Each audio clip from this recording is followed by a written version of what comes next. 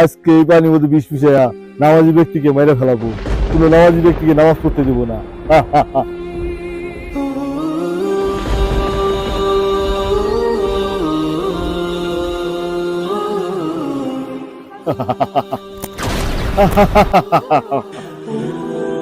এই যে হুজুর আইতাছে, বিষ মিশানো পানি খাই আইসে, হুজুরে মেরে আলাম। এই যে হুজুর, এদিকে শুনেন, আমার ভাই তো হজে গেছিল, জমজম কর থেকে পানি নিয়ে আসছে। আপনি তো 5 ওয়াক্ত নামাজ পড়েন, তখন একটু পানিটা খান। যেহেতু কষ্ট করে নিয়ে এসেছেন, খাওয়াই যায়। বিসমিল্লাহ।